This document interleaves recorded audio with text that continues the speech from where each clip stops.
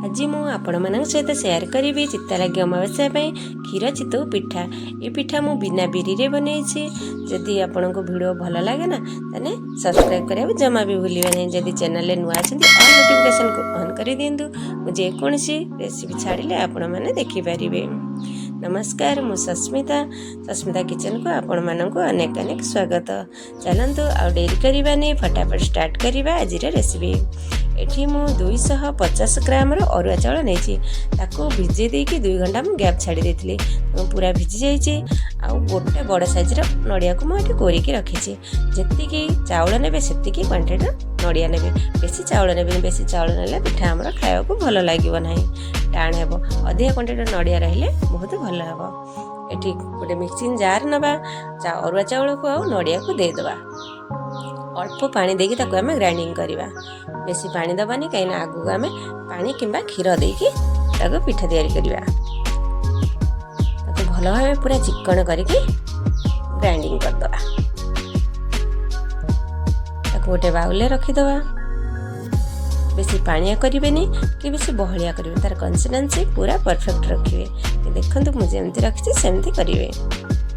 ताको ढांकुणी देकी कवर कर देके आमे 5 ରୁ 6 घंटा गैप छाड़ी दबा। 5-6 घंटा पर मुझे आपण मानक देखौछि। देखंतु केते सुंदर भावे हमर फुली जाइछि पिठू।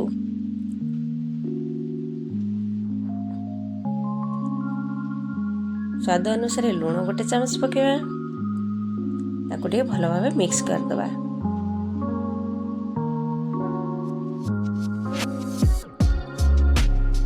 चीनी 2 चामच पकेवा। चीनी खाया चाहना तो चीनी को स्किप कर पारे। गोटे कप दवा आम क्षीर, ताको भल भाव मिक्स कर दवा।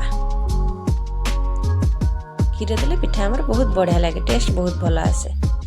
कड़ा बसैबा। कड़ा रे गोटे चामच पकेबा घी।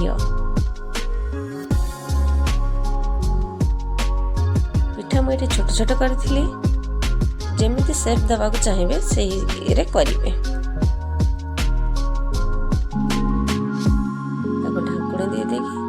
चारिपटू टिके पानी पकेदबा। गोटे मिनट पर देखते पिठा हमर पूरा हो जाइए। पूरा केते सुंदर पूरा कणा कणा है कि जालीदार है पिठा हमर। पिठा को सब खोली दबा। तापर सेई कड़ाई रे आम ये कैरमलाइज करवा चीनी को। जेतिकी मीठा खाइबे से हिसाब से देबे। चीनी टे कैरमलाइज हो गले कहीं कलर तार बहुत बढ़िया भाव आसो। गोटे कप पानी दे दबा। भल भाव मिक्स कर दबा।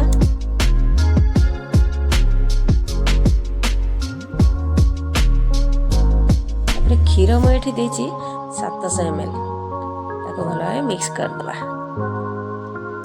मिल्क पाउडर दबा। ये 3 चामच मु देथिली। यदि पकेवा को चाहना ताले स्किप कर परिबे। चीनी गोटे चामच पकेबा। गुजराती गुंड फ्लेम को ऑफ कर दे गुजराती गुंड ठीक पके दबा। पिठा खोली रखती देखते केते सुंदर जालीदार देखा जाउछि।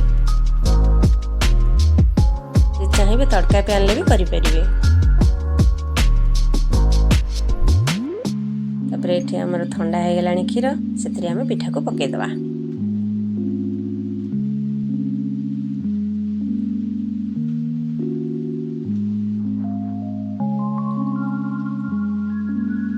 देखो केते सुंदर देखा जाउछि। खाइबा को बहुत बढ़िया लागिवो।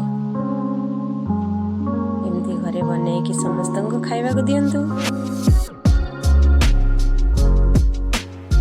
केमती लागिला मते कमेंट कहंतु। यदि वीडियो भल लागले सब्सक्राइब करियो जमा भी भूलिबे नहीं।